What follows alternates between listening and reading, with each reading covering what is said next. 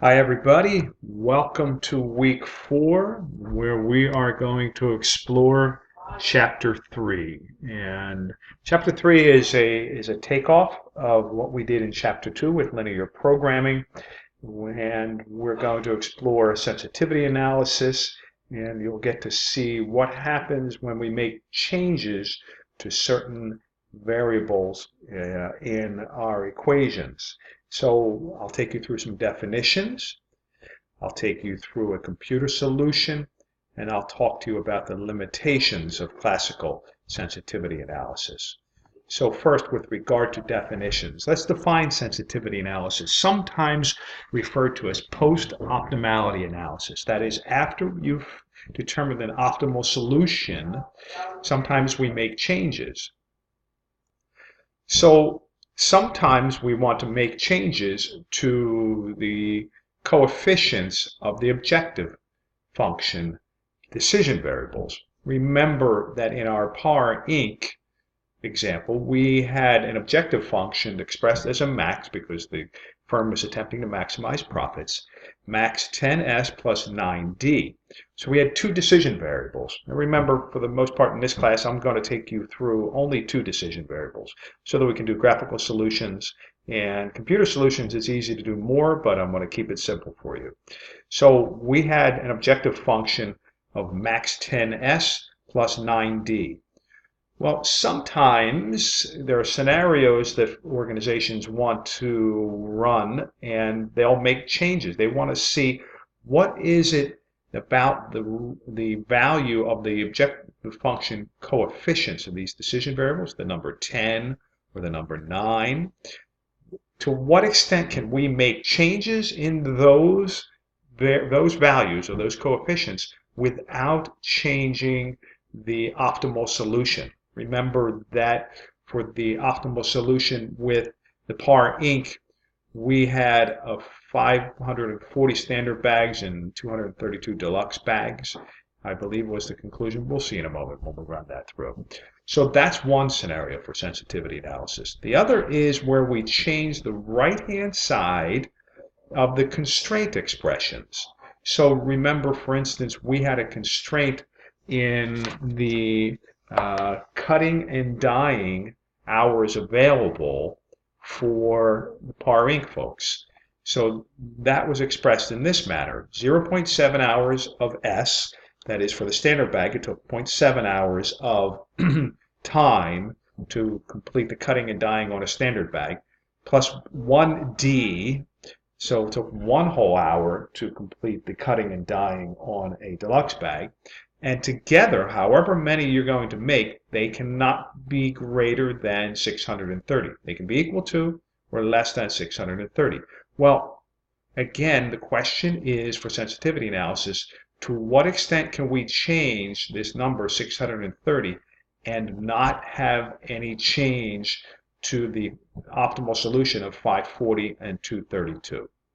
So this is important to an organization and to managers who are operating in an environment where they may not necessarily have precision in determination of their coefficients or their constraints. There may be some variability and so on. They may not have 100% confidence in that. So this can be really, really useful. So this allows us to ask what certain types of what-if questions. So for instance, again, the par inc, what would be the optimal solute production quantities? Should it be revised if profits per bag change? In other words, let's say the standard bag profit margins dropped, or the deluxe bag, they went up. Whatever the scenario is, we can get a sense of that by running a sensitivity analysis. And I'm going to show you how to do that using Excel. Because we're only going to use computer solutions, not graphical sensitivity analysis. Our emphasis is on interpretation. So that's where I want our emphasis to be. All right, so let's consider the first type of change. If we have the changes in those coefficients of the objective function decision variables. Again, we had two decision variables: how many standard bags to produce, how many deluxe bags to produce. We were given the notion that each standard bag contributed $10 in toward profit. Each deluxe contributed $9 per profit.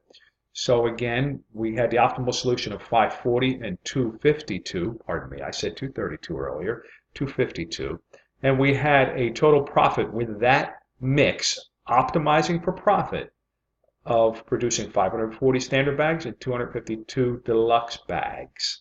So again, given the constraints that we faced with regard to cutting and dyeing, sewing, finishing, inspection and packaging, and so on. So with that, in terms of changing the objective function coefficients, we define something called the range of optimality. And that's given a little more detail, some detail in the text on page 97. So the range of optimality for each of these coefficients tells us the range of values for that coefficient over which the current solution would remain optimal. That is, for us, 540 and 252. It's where it would remain the same. So also, I want to point out something that's a little different in Excel than from Lingo, which the textbook goes through. In Excel, we've got to make a very small manual adjustment in the model. Lingo, if you look at the text, you'll see how Lingo has to do some rounding from thousandths of a penny to hundredths of a, thousandths of a dollar to hundredths of a dollar. Because we don't deal in units in our society, our country, anything smaller than hundredths of a dollar. We deal in 1 cent. What if I said to you something costs 0.5 cents? We don't deal with that. We round it. So as a result, in Excel, we have to take a small amount. We take a penny off of the value that's given to us by Excel when making this adjustment. Now I'm going to walk you through that, but I'm just pointing that out now. The Lingo, again, is the software package in the text. The numbers there may vary less than 1/100th of a dollar in what we do. This is a website for Lingo. You can get a sense of what, Lindo costs. And so it's not cheap software. So from the Lindo company and the Lingo software, you'll see it costs anywhere from $500 to $1,000 for each package. All right, so we're still in definitions. I'm going to walk you through an example in a few minutes. Second constraint in terms of optimality, post-optimality analysis, we sometimes need to make changes in the right-hand side value of a constraint, which might change the feasible region, might change the optimal solution. Now remember, there were 4 sets of constraints in the par ink, one of which was the cutting and dyeing constraint. And that was given to us in this manner. 0.7s plus d must be less than or equal to 630. That right-hand side value, this value that I've underlined, the right-hand side of the equation, that value of 630 means no more than 630 hours are available. But sometimes you might face with a scenario where how might the objective function value change if this was 640 or if it were 620, whatever the types of changes be. Would you have a different mix? Would you have 540 and 252 or not? Would that be optimal solution? Now, there's something else that we deal with when we're handling some of this constraint. We have something called the dual value. That's defined in our text on page 103. Excel uses a different term. They call it shadow price. So this is the change in the optimal value of the solution. That is the profit of 76.68, if you recall from our par Inc. solution. The change in that value per unit increase in the right-hand side constraint. So they can increase or decrease profitability. So for every unit I increase this, maybe I make it 631, maybe 632. For every unit I increase or decrease, there is a change, and that value is defined by the shadow price or the dual value. And I will walk you through that in Excel and show you what that looks like. So for instance, a negative dual value means that objective function is not going to improve if you increase the right-hand side constraint. In other words, if I add an additional cutting and dyeing hour and I wind up with a negative dual value, What that means is for every hour that I add in cutting and dyeing availability, I'm going to actually lose a little bit of money. But a positive dual value or shadow price would mean that I can add a certain number more hours of cutting and dyeing, and I can increase the profit. But there's a limit to that. It's not unlimited usually. So we're going to deal with that in again, changing that right-hand side constraints. Right? So those limits we define as the range of feasibility, defined in the text on page 108. So it's the range of values in which the original dual value doesn't change. Otherwise, the problem's got to be resolved.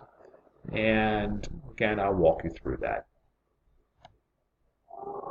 All right, here's some more definitional items. One thing we have to be careful of in our use of either graphical solutions or Excel solutions is that we can't make changes, multiple changes at the same time. No simultaneous changes. Some higher end software products will allow you to do this, but we can only change one coefficient at a time. For instance, that the value of 10 in terms of profit contribution for the standard bag, or 9 for the profit contribution in the deluxe bag, I can't change both of them at the same time and rerun Solver and come and see what the effect is. So we have to, again, one at a time. And so when we're solving two decision variable problems, the analysis is really easy. Again, we're dealing with things at a basic level. All right. Let's start to walk you through a computer solution. I'm going to stop this portion of the video now and begin another segment so that I can walk you through it completely.